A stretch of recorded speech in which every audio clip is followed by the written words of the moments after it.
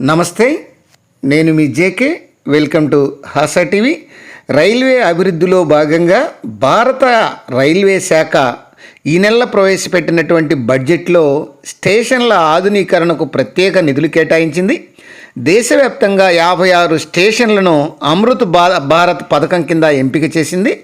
అయితే అందులో ఆంధ్రప్రదేశ్లోని ప్రకాశం జిల్లా కేంద్రమైనటువంటి ఒంగోలు కూడా ఉంది. దాని డెవలప్మెంట్ గురించి, ఫండ్స్ గురించి ఈ వీడియో ద్వారా పూర్తిగా వివరిస్తాను. రైల్వే అభివృద్ధిలో భాగంగా భారత రైల్వే శాఖ ఇటీవల 1వ తేదీన బడ్జెట్ను కేటాయించింది.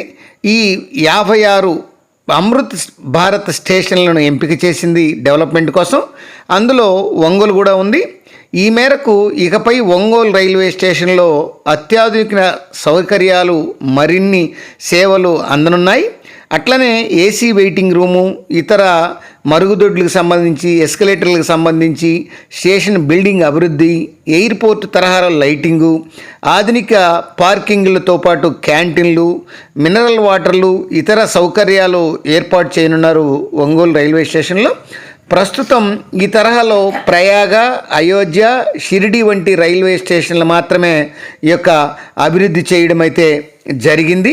ఆ మేరకు ఈ స్టేషన్లకు దీటుగా ఒంగోలు రైల్వే స్టేషన్ కూడా తయారు చేయాలని రైల్వే శాఖ భావించి ఈ ఒంగోలు రైల్వే స్టేషన్కు నిధులు భారీగా కేటాయించడం అయితే జరిగింది. అదేవిధంగా ఒంగోలు రైల్వే స్టేషన్ కూడా రూపురేఖలు అనేవి మారనున్నాయి.